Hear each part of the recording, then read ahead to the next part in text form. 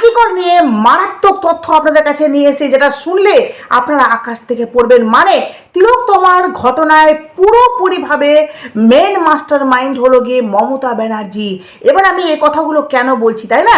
চলুন আপনাদেরকে ডিটেলস সবটা বলবো, যেটা শুনলে আপনারা আকাশ থেকে পড়বেন যে মমতা ব্যানার্জির কথাতেই তিলোত্তমার সমস্ত প্রমাণ লোপাট, তিলোত্তমার ঘটনাটা ঘটানো হয়েছে। চলুন আপনাদেরকে ডিটেলসে বলবো। প্রথমত আপনাদেরকে বলি যে এই যে মমতা বন্দ্যোপাধ্যায় সর্বসম্মুখে একটি কথা বলেছিল, মনে আছে আপনাদের? উনি নিজের মুখে বলেছিলেন, দিদি কোথাও না কোথাও একটা কথা বলতে গিয়ে, ওই যে বেফাস কথা বলে না, তো বেফাস কথা বলতে গিয়ে নিজের সত্যটা কিন্তু একটু হলেও ইঙ্গিত কিন্তু সেই তিলোত্তমার ঘটনা ঘটার পরপরই উনি কিন্তু দিয়ে ফেলেছিলেন, যেটা উনি নিজের মুখে বলেছিলেন যে আমি সেই রাতে আমি পুরো রাত জেগেছিলাম, গোটা রাত জেগে দিদি ফোনে কানেক্টেড ছিলেন। মানে দিদি ফোনে কানেক্টেড থেকে উনি অ্যাডভাইস দিচ্ছিলেন। কোথাও না কোথাও এই কথাটা ইঙ্গিত করে দেয় অনেকভাবে যে মমতা ব্যানার্জি কী এমন নির্দেশ দিচ্ছিলেন, একজন স্বাস্থ্যমন্ত্রী, তৎকালীন স্বাস্থ্যমন্ত্রী কী এমন নির্দেশ দিচ্ছিলেন জি কর ম্যাটারে বিনীত গোয়েলকে, যেখানে উনার পারমিশন, উনার কথা মতো সারা রাত কানেক্টেড হয়ে সমস্ত কিছু হচ্ছিল। এবার যে বিস্ফোরক তথ্যটা সামনে এসে, যেটা শুনলে আপনারা আকাশ থেকে পড়বেন বন্ধুরা। মানে এই মমতা ব্যানার্জি হলো জি করের মেন মাস্টার মাইন্ড।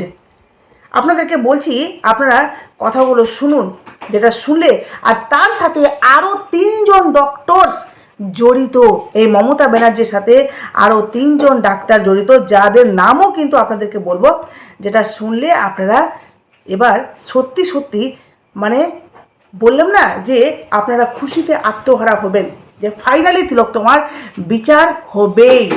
শুনুন আপনাদেরকে বলি, জি করের তরুণী চিকিৎসকের মৃত্যুর ঘটনায় একাধিক নথি ও তথ্য প্রমাণ বিকৃত করার অভিযোগে বারবার সরব হয়েছেন তিলোত্তমার মা বাবা।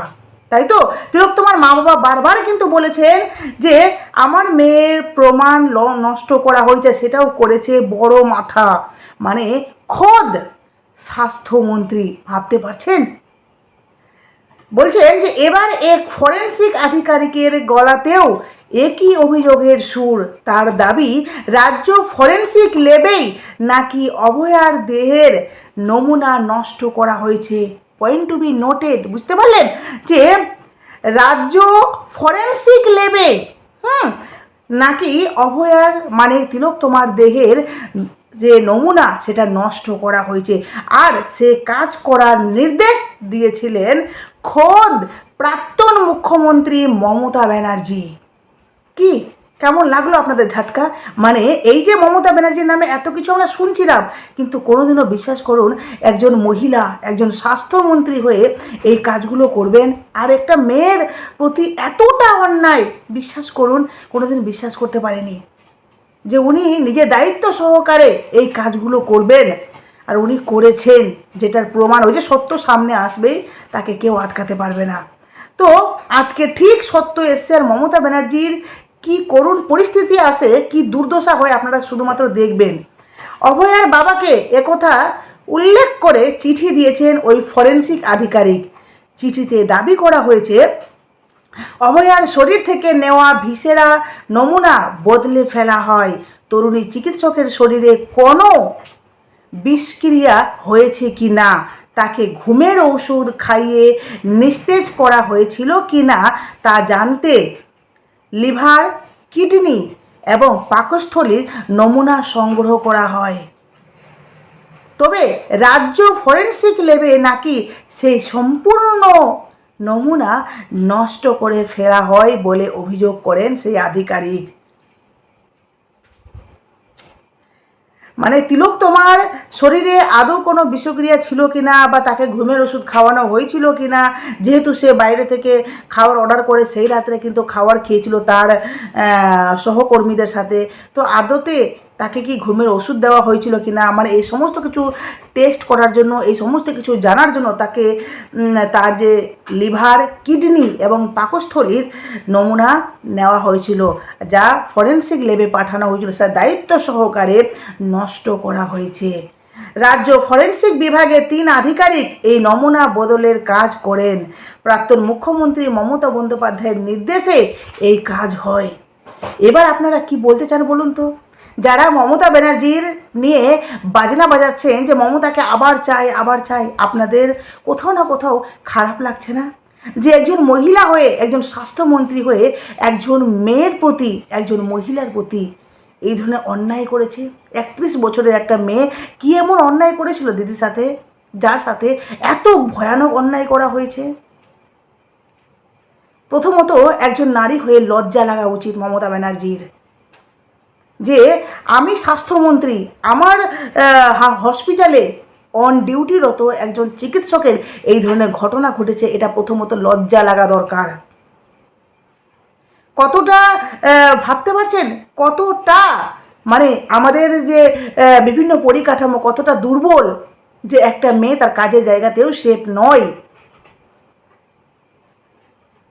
আমরা যেখানে কাজ করি সেটাকে মন্দির, মানে আমরা কোথাও না কোথাও দ্বিতীয় বাড়ি বা মন্দির বলে মনে করি, সেটাকে পুজো করি।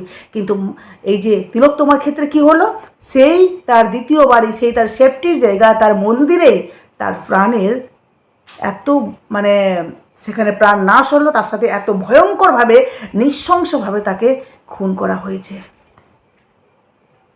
বলেছেন খুদ প্রাক্তন মুখ্যমন্ত্রী মমতা বন্দ্যোপাধ্যায়ের নির্দেশে এই কাজ হয়।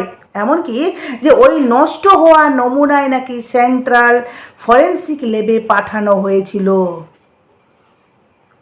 বুঝতে পারছেন এই যে সিবিআই কেন একটা জায়গায় থমকে আছে? এই কারণ, শুধু অভয়া নয়, বিজেপি সিপিএম কর্মীদের ভিসেরার নমুনা নষ্টের অভিযোগও উঠেছে ফরেন্সিক আধিকারিকদের বিরুদ্ধে। এই চিঠি হাতে পাওয়া মাত্র আঁতকে ওঠেন নির্যাতিতার বাবা। আমার গা মানে কাটা দিচ্ছে, লোম খাড়া হয়ে যাচ্ছে কথাগুলো শুনে। বলছেন যে যখনই তিলোত্তমার বাবা এই চিঠি পেয়েছেন, এমনকি পরে দেখেছেন, উনি রীতিমতো আঁতকে উঠেছেন। এটাও করতে পারলো মমতা ব্যানার্জি? এই চিঠি শিয়ালদহ আদালতের বিচারকের কাছে জমা দেওয়ার ভাবনায় অভয়ার পরিবার, মানে শিয়ালদহ আদালতে জমা দেবেন। অবিলম্বে সিবিআইকে এই চিঠির সততা খতিয়ে দেখার নির্দেশ দেওয়া হয় বলে আর্জি করেন, মানে আরজি তিলোত্তমার মা বাবার। গত 2024 সালের 8 আগস্ট আরজি করে মেডিকেল কলেজে তরুণী চিকিৎসক নাইট শিফট করতে যান। ওই রাতেই সব শেষ। ওই ঘটনা তদন্তে নেমে সঞ্জয় রায় নামে এক সিভিক ভলেন্টিয়ারকে গ্রেপ্তার করে কলকাতা পুলিশ। পরবর্তীকালে কলকাতা হাইকোর্টের নির্দেশে ঘটনার তদন্ত ভার নেয় সিবিআই। তবে কেন্দ্রীয় তদন্তকারী সংস্থা এই ঘটনায় জড়িত সন্দেহে নতুন করে আর কাউকে পাকড়াও করেননি। শেষমেশ শিয়ালদহ আদালতে ধৃত সঞ্জয় রায়কে দোষী সাব্যস্ত করে তাকে যাবজ্জীবন কারাদণ্ডের সাজা দেয়। তবে এই তদন্তে সন্তুষ্ট হন না তিলোত্তমার মা বাবা। তাদের দাবি এই ঘটনায় আরও অনেকে জড়িত, এখনও তদন্তের আড়ালে রয়ে গিয়েছে অনেকে। বাংলার ক্ষমতায় আসার পর মুখ্যমন্ত্রী শুভেন্দু অধিকারী ফের নতুন করে আরজিকর ফাইলস খোলেন। সুবিচার আদৌ কি মিলবে? তথ্য প্রমাণ নষ্টের বিস্ফোরক অভিযোগ সামনে আসার পর স্বাভাবিকভাবে উঠছে সেই প্রশ্ন। কারণ সমস্ত প্রমাণ দায়িত্ব সহকারে পুরো কর্তব্য নিয়ে একদম মানে এত গুরুত্বপূর্ণভাবে সমস্ত প্রমাণ লোপাট করা হয়েছে যে প্রমাণের ভিত্তিতে আর কোনো কিছু পাওয়া যাচ্ছে না। মানে যে সিবিআই এই যে তদন্ত করছে বা সিবিআই একটা প্রমাণ পাবে, সেই প্রমাণের ভিত্তিতে কাউকে যে অ্যারেস্ট করবে সেটা হচ্ছে না। আর এবার আপনাদেরকে যে তথ্যটা দিই, যে সেই 3 জন আধিকারিক কে ছিলেন দেখুন। বলছে এর আগে অভয়ার মা বিজেপি, মানে যত দিন যাচ্ছে আরজিকর অভয়ার গণধর্ষণ খুন মামলায় চাঞ্চল্যকর তথ্য সামনে আসছে। এর আগে অভয়ার মাও বিজেপি বিধায়ক রত্না দেবনাথ ক্রাইম সিনে প্রাক্তন মুখ্যমন্ত্রী মমতা ব্যানার্জির ভাইপো আবেশ ব্যানার্জির উপস্থিত থাকার অভিযোগ তুলে উনি তোলপাড় করে ফেলেন। এবার এক ফরেন্সিক আধিকারিক সরাসরি মমতা ব্যানার্জির বিরুদ্ধে প্রমাণ লোপাটের অভিযোগ তুলেছেন। তার দাবি যে মমতা ব্যানার্জির নির্দেশেই ফরেন্সিক ল্যাবে পাঠানো অভয়ার ভিসেরা নমুনা নষ্ট করে 3 অনুগত চিকিৎসক। চিঠিতে দাবি করা হয়েছে অভয়ার শরীর থেকে নেওয়া ভিসেরা নমুনা বদলে ফেলা হয়। তরুণী চিকিৎসকের শরীরে কোনো বিষক্রিয়া হয়েছে কি না, তাকে ঘুমের ওষুধ খাওয়ানো হয়েছে কি না, যেটা আপনাদেরকে বললাম, সেই জানতে তার 3টে মানে লিভার, কিডনি, পাকস্থলী তাকে সে নমুনা নেওয়া হয়, এমন তাকে সেটাকে টেস্ট করে জানার জন্য, ফরেনসিক টেস্টের জন্য সেটা ল্যাবে পাঠানো হয়। কিন্তু সেখানকার রাজ্য ফরেনসিক বিভাগে 3 জন আধিকারিক সেই নমুনা বদলে দেন। মানে আর এই যে রাজ্যের ফরেনসিক ল্যাবে এই যে কাজগুলো হয়, নিশ্চয়ই সেখানে ওনারা তো ওনাদের সাহস হবে না নিজের মনে এই ধরনের কাজ করার, তাই না? ওনারা নিজের ইচ্ছা মতো এই কাজ করতে পারে না, নিশ্চয়ই না উনি সরাসরি আঙুল তুলে বলেছেন যে রাজ্য সরকারের পারমিশনে, মানে তৎকালীন রাজ্য সরকার মুখ্যমন্ত্রী মমতা ব্যানার্জির নির্দেশে এই কাজগুলো হয়েছে। আর যেই কাজগুলোর জন্য মমতা ব্যানার্জিকে, বিশ্বাস করুন আমি মন থেকে চাই কঠোর শাস্তি হোক।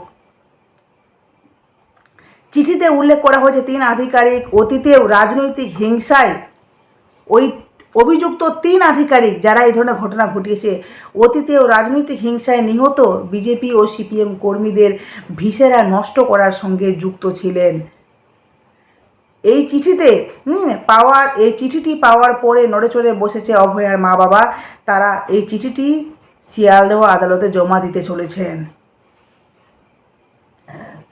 এবার কথা উঠছে, এই যে 3 জন আধিকারিক যারা এর আগেও এই ধরনের কাজ করেছে, এমনকি ফের মমতা ব্যানার্জির নির্দেশে এই ধরনের কাজ করেছে, এবার আপনারা কি বলতে চান? আপনারা কি চান যে মমতা ব্যানার্জি এই ধরনের কাজ করেছে, উনি সত্যি কি মানে রেহাই পাবেন? আমরা চাই অপরাধী প্রমাণ হোক, আর যে অন্যায় করেছে, যে সত্যিকারই দোষী, তার কঠোর থেকে কঠোরতম শাস্তি হোক। কারণ তিলোত্তমার ব্যাপারে শাস্তি হওয়াটা খুবই দরকার। বিশেষ করে একটা মেয়ে যে কাজের জায়গায় এই ধরনের ঘটনার শিকার হয়েছে, তার এই ধরনের ঘটনার জন্য আমি চাই অপরাধীরা শাস্তি পাক। দেখুন এখানে বলছে যে প্রবল গণবিক্ষোভ সত্ত্বেও মমতা ব্যানার্জি তাকে বরখাস্ত না করে অন্য কলেজে পোস্টিং দেন। যদিও সেখানে বিক্ষোভের মুখে পড়ে যোগ দিতে পারেনি সন্দীপ ঘোষ। প্রমাণ লোপাটে আর এক সন্দেহভাজন তৎকালীন কলকাতার পুলিশ কমিশনার বিনীত গোয়েলকে সম্প্রতি সাসপেন্ড করেছেন মুখ্যমন্ত্রী শুভেন্দু অধিকারী। তবে আরজি কর কাণ্ডে মমতা ব্যানার্জির ভূমিকা নিয়ে বারবার প্রশ্ন উঠলেও এই প্রথম তার বিরুদ্ধে একটা গুরুতর অভিযোগ তুললেন কেউ। এই অভিযোগ যদি সত্যি হয় তবে অভয়ার ন্যায় বিচার পাওয়ার পথটি আরও সংকীর্ণ হয়ে পড়বে বলে মনে করেছেন সংশ্লিষ্ট মহল। এখানে আদালতের নির্দেশের অপেক্ষায় রয়েছে পরিবার। মানে কি হয়, কারণ মমতা ব্যানার্জিকে যেই নামটা আসছে যে মমতা ব্যানার্জি জড়িত, এটা তো এমনি না, নিশ্চয়ই এর বিরুদ্ধে একটা পাকাপোক্ত প্রমাণ লাগবে, কারণ প্রমাণ তো করতে হবে না কোর্টে। তো দেখা যাক আগামীতে কি হচ্ছে, অবশ্যই আপনাদেরকে বলবো। অন্যদিকে দেখুন দেবরাজ, মানে আদিতি মুন্সির স্বামী দেবরাজ চক্রবর্তী, দেখুন উনাকে তো গ্রেপ্তার করা হয়েছে, যেটা আপনারা জানেন। কিন্তু দেখুন এই দেবরাজের বিরুদ্ধে একাধিক মহিলা ঘটিত অপরাধ। ভাবুন, ওনার স্ত্রী রাত দিন নাম জপ করে, সংকীর্তন, কীর্তন, বেশ নাম ওনার রয়েছে, তাই না? কিন্তু ওনার স্বামী দেখুন মহিলা ঘটিতও অপরাধ, ও দুর্নীতি, তোলাবাজি, বিভিন্ন কিছু। আপনাদেরকে বলি শুনুন, রক্ষা কবচ খারিজের 1 সপ্তাহের মধ্যে গ্রেপ্তার বিধাননগরের প্রাক্তন মেয়র পরিষদ দেবরাজ চক্রবর্তী। পুরুলিয়ার ঝাড়খণ্ড সীমানা থেকে তাকে গ্রেপ্তার করা হয়েছে তোলাবাজি, হিংসা মামলায়। বেঙ্গল এসটিএফের জালে অভিষেক ঘনিষ্ঠ এই তৃণমূল নেতা। দেবরাজ চক্রবর্তী উত্তর 24 পরগনার যুব সভাপতি ছাড়াও রাজারহাট, নিউ টাউন, বাগুইআটি এলাকায় কার্যত একটা চক্রবর্তী সাম্রাজ্য গড়ে তুলেছিল এই দেবরাজ। দীর্ঘদিনের অভিযোগ, দেবরাজের আয় বহির্ভূত প্রচুর সম্পত্তি রয়েছে, তার জন্য এলাকার মানুষ দেবরাজের প্রতি বীতশ্রদ্ধ ছিলেন। পূর্ণেন্দু বসুর আত্মসহায়ক হিসাবে দেবরাজের উত্থান। তারপর সেখান থেকে সুজিত বসুর হাত ধরেন, তখন থেকে ধীরে ধীরে নিজের প্রভাব বিস্তার শুরু করেন দেবরাজ। এরপর শুরু হয় অভিষেক বন্দ্যোপাধ্যায়ের, মানে মমতার ভাইপো অভিষেক বন্দ্যোপাধ্যায়ের ঘনিষ্ঠ হয়ে ওঠা। এলাকার প্রমোটারদের হুমকি দেওয়া, তোলাবাজি, টাকা তোলার একাধিক অভিযোগ উঠতে থাকে। সব থেকে বড় উদাহরণ, রাজ্যে এসআইআরের সময়ে দেবরাজের ঘনিষ্ঠদের বিরুদ্ধে সরকারি কর্মীদের হুমকি দেওয়ারও অভিযোগ ওঠে, যাতে মৃতদের নাম তালিকায় তোলা হয়। দেবরাজের আদিতি মুন্সি এলাকায় বিধায়ক ছিলেন, তবে অভিযোগ তার হয়ে এলাকা কন্ট্রোল করতেন দেবরাজই। অভিষেক বন্দ্যোপাধ্যায়ের সেবাশ্রম নিয়ে ইতিমধ্যে প্রশ্ন উঠতে শুরু করেছে। সেবাশ্রমের আয়োজনের দায়িত্বে ছিলেন দেবরাজ। সেই মামলাতেও দেবরাজকে জিজ্ঞাসাবাদ করতে পারেন তদন্তকারীরা। রাজ্যের মন্ত্রী অর্জুন সিং অভিযোগ করেছিলেন, অভিষেকের মদতে দেবরাজ উত্তর 24 পরগনাতে একাধিক দুর্নীতির জাল বিস্তার করেছিলেন। দেবরাজের বিরুদ্ধে একাধিক মহিলা সংগঠিত অপরাধের অভিযোগ রয়েছে। সেই ব্যাপারে দেবরাজের স্ত্রী প্রাক্তন বিধায়ক আদিতি মুন্সি কতটা জানতেন, সেটাই জানতে তৎপর তদন্তকারীরা। এই যে মহিলা ঘটিত যে অপরাধগুলো সামনে এসেছে, সেটা কি ওনার স্ত্রী জানতেন? এটা নিয়ে চলছে এখন তদন্ত। সেক্ষেত্রে তাদের মুখোমুখি বসিয়ে জেরা করা হতে পারে বলে সূত্রের খবর। নির্বাচনের আগে আদিতি মুন্সি কীভাবে মনোনয়নপত্রে ভুল তথ্য দিয়েছিলেন তা নিয়ে থানায় এফআইআর দায়ের করেছিলেন বিজেপি নেতা তথা আইনজীবী তরুণজ্যোতি তিওয়ারি। উনি কিন্তু এই নিয়ে থানায় এফআইআর করেছিলেন। দেবরাজের গ্রেপ্তারের পর এবার এক সংবাদ মাধ্যমে দেওয়া সাক্ষাৎকারে বলেন, সম্প্রতির কিছুটা অংশ তো তার নামেও ছিল, মানে সম্পত্তির। বউও জানতো স্বামী শুধু চোর নয়, ডাকাত, খুনের কথাটাও ওর বউ জানতেন। তিনি নিজেও তো এক বাচ্চার মা, জানেন না সন্তান মারা গেলে কি কষ্ট হয়। তারপরেও দেবরাজের সঙ্গে থেকে গিয়েছেন। নির্বাচনের আগে বলেছিলেন না, আমার স্বামী যদি চুরি করে, তার নামে যদি অভিযোগ হয়, হিন্দু ধর্ম মতে বিয়ে হয়েছে, আমিও যাব জেলে। মানে আদিতি মুন্সির একটা ডায়লগ ছিল, ঠিক আছে? তাহলে যান এখন জেলে। এখন আদালতে জামিন চাইতে গিয়েছিলেন কেন? মানে স্বামীর সাথে তো আদিতি মুন্সির জেলে যাওয়ার কথা, তাহলে উনি এখন জামিন চাইতে গেলেন কেন? বলুন, আমার স্বামী গ্রেপ্তার হয়েছে, আমিও হব। উল্লেখ্য, আগাম জামিনের আবেদন জানিয়ে আদালতে দ্বারস্থ হয়েছিলেন দেবরাজ আদিতি। 4 মাসের সন্তানের কথা ভেবে আদিতিকে আদালত রক্ষাকবচ দিলেও দেবরাজ চক্রবর্তীকে দেওয়া হয়নি। বুঝতে পারছেন? এই হলো গিয়ে আদিতি মুন্সির স্বামী দেবরাজের কুকর্ম। যেখানে স্ত্রী রাত দিন নাম জপ করছে, বেশ ওনার নাম ডাক রয়েছে, কিন্তু স্বামী এত লম্পট, তাই না? কারণ দেখুন যে তোলাবাজি, বিভিন্ন জায়গায় সে দুর্নীতিতে জড়িত, এমনকি মহিলাদের নিয়েও যে ছেড়খানি, সেই মহিলা ঘটিত বিভিন্ন অপরাধেও কিন্তু এই দেবরাজ চক্রবর্তী জড়িত।